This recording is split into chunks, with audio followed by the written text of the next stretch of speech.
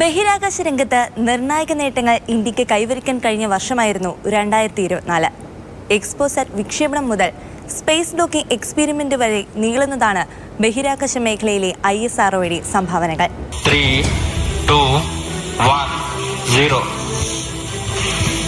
2024 ജനുവരി 1-നാണ് ശ്രീഹരിക്കോട്ടയിലെ Satheesh Dhawan space സെന്ററിൽ നിന്ന് PSLV C-85 റോക്കറ്റിൽ XPoSat വിക്ഷേപിച്ചത്.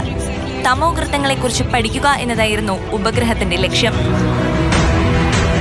ഇന്ത്യയുടെ പ്രഥമ സൗരദൗത്യമായ ആദിത്യ L1 2024 ജനുവരി 6-നാണ് ലക്ഷ്യസ്ഥാനമായ ഹാലോ ഓർബിറ്റിലെത്തിയത്. സൂര്യന്റെ ചലനങ്ങൾ, സൗരക്കാറ്റ്, ബഹിരാകാശത്തെ കാലാവസ്ഥ എന്നിവയെക്കുറിച്ചുള്ള പഠനമാണ് ദൗത്യത്തിന്റെ ലക്ഷ്യം. 2024 ഫെബ്രുവരി 17-ന് കാലാവസ്ഥാ നിരീക്ഷണത്തിനുള്ള ISROയുടെ ഉപഗ്രഹം ഇൻസാറ്റ് 3 വിക്ഷേപിച്ചു. കാലാവസ്ഥാ പ്രവചനത്തിലും പ്രകൃതി ദുരന്ത നിവാരണത്തിലും നിർണായക പങ്കാണ് ഇൻസാറ്റ് 3DS-ന്റേത്. വിക്ഷേപണത്തിന് ശേഷവും പുനരുപയോഗിക്കാൻ കഴിയുന്ന റോക്കറ്റാണ് പുഷ്പകിന്റെ RLV LX-2. 2024 മാർച്ച് 22-നാണ് RLV LX-2വിന്റെ ലാൻഡിംഗ് വിജയകരമായി പൂർത്തീകരിച്ചത്. RLV LEX-2വിന്റെ വിജയത്തിന് പിന്നാലെ ജൂൺ 23-നാണ് RLVയുടെ 3-ാം ഘട്ട ലാൻഡിംഗ് വിജയകരമായി പൂർത്തീകരിച്ചത്. 500 മീറ്റർ ഉയരത്തിൽ വെച്ചാണ് ലാൻഡിംഗ് നടത്തിയത്.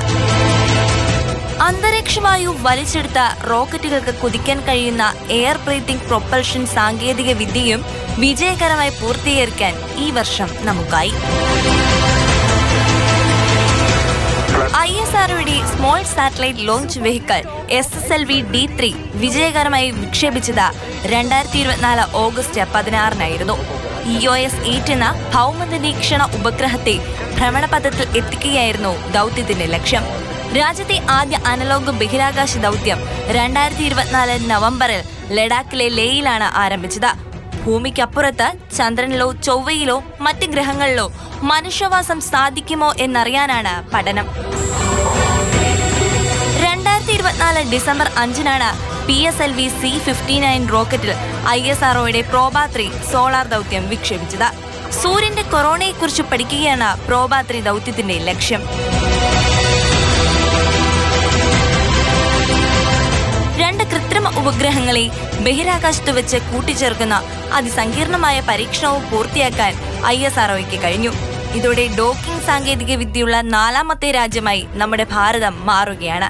ഭാരതീയ അന്തരീക്ഷ സ്റ്റേഷന്റെ നിർമ്മാണത്തിന് ഡോക്കിംഗ് സാങ്കേതിക വിദ്യ ISROയ്ക്ക് അനിവാര്യമാണ്.